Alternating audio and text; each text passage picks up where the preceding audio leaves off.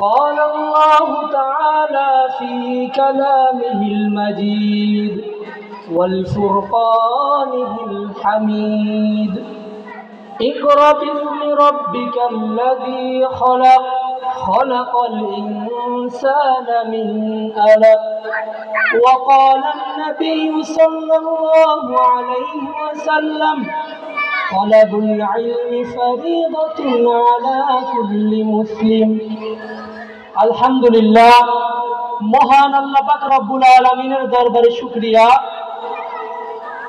যে আল্লাহ পাক রব্বুল আলামিন দীর্ঘ 12 থেকে 13 বছর পর শহীদ স্মৃতি কমপ্লেক্স ময়দান মাঠে আবারও মুসলিম জনতার যে মনের দাবি প্রাণের দাবি প্রতি বছর এই জায়গায় যাতে করে কোরআনের আলোচনা হয় এই দাবিটা যারা বাস্তবায়ন করেছে বক্তব্যের শুরুতেই তাদেরকে ধন্যবাদ প্রকাশ করছি।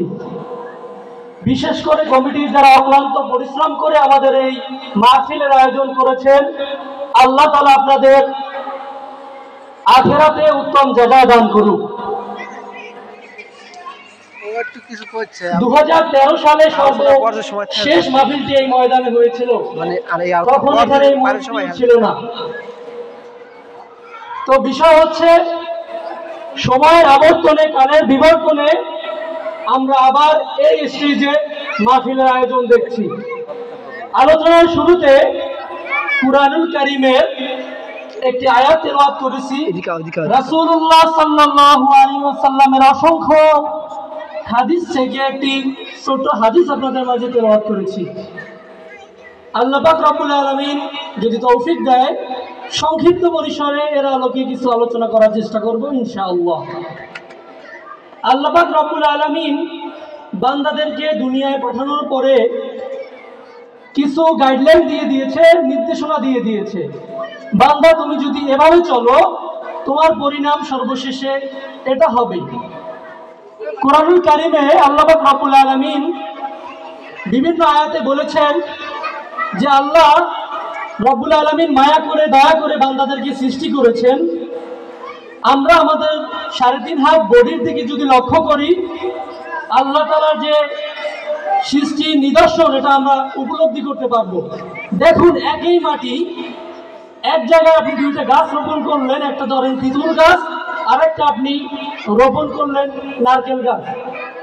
যখন দুইটা গাছ বড় হবে, ফল দেওয়ার উপযুক্ত সময় হবে, একই মাটির নির্যাস থেকে বড় হয়েছে, তেঁতুল গাছটার ফলটা হবে টক। আর যখন আপনার ওই নারকেল গাছটা বড় হবে, যখন নারকেল গাছটা ডাব দেওয়া শুরু করবে, ওর ফল হবে মিষ্টি। আল্লাহর কি নিদর্শন দেখুন, একই মাটি, কিন্তু আল্লাহ তাআলার যে কুদরত, এই কুদরতের নিদর্শন এগুলো।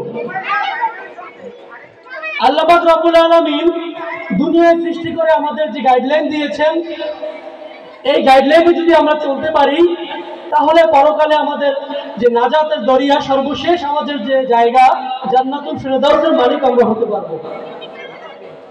কুরআনুল কারীমের শিক্ষা কতটুকু গুরুত্বপূর্ণ, কুরআনুল কারীমের শিক্ষা আমাদের প্রতিটি শিশুদের কতটুকু যে দরকার, এর একটা জ্বলন্ত প্রমাণ আপনারা গতকালকে দেখেছেন।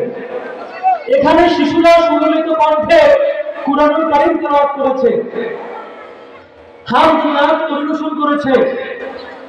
এবারে যদি শিশুরা কোরআনের শিক্ষা পায়, বক্তব্যের শিক্ষা পায়, তাহলে বড় হয়ে এরা কোরআনের শিক্ষায় নিজের জীবনকে পরিচালনা করতে পারবে।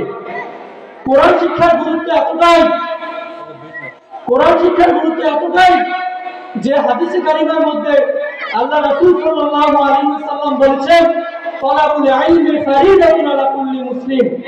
প্রত্যেক মুসলমানের উপর এই ইলম শিক্ষা করা ফরজ করে দিয়েছেন। বলুন সুবহানাল্লাহ।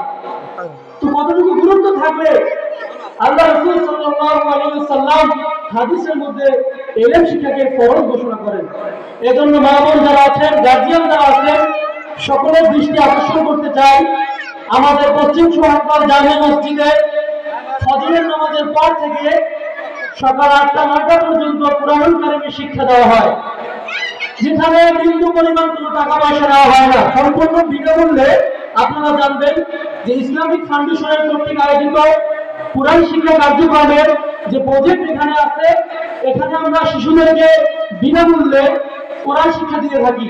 শুধু কি কোরআন শিক্ষা, যদি কোনো শিশু সকালে এসে বাংলা, ইংরেজি, গণিত সহ বিভিন্ন বিষয় পড়তে যায়, আমরা বিনামূল্যে তাদেরকে এটা ব্যবস্থা করে দেই। তো ফজরের পর থেকে পশ্চিম শহরপাল জামে মসজিদে আমাদের কার্যক্রম শুরু হয়।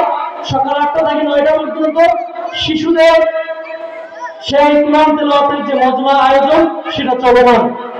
তো আপনাদের দাওয়াত রইল, এই কোরআন শিক্ষার যে গুরুত্ব, একটা ছেলে যদি হাফেজ হয়, একটা ছেলে যদি আলেম হয়, আর কিছু না পারলে আপনার জানাজানা পড়াতে পারবে।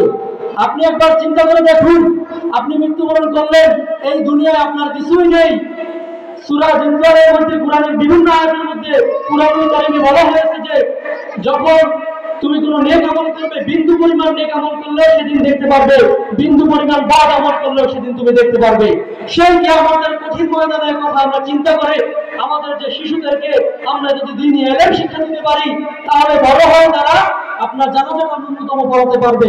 আর আপনি একবার কল্পনা করে দেখুন, আপনি একজন বাবা, আপনি একজন মা, আপনার সন্তান যদি কোরআনের শিক্ষা পায়, সে যদি জানাজার নামাজে দাঁড়িয়ে দরজা কণ্ঠে আল্লাহু আকবার বলে আপনার জানাজাটা শুরু করে, আপনার মনের মধ্যে কেমন উপলব্ধি হবে, আপনার মনের মধ্যে কেমন সেই সময়টা হবে। আপনার জন্য রব্বির হামহুমা কামা রাব্বায়ানি বলে দোয়া করবে।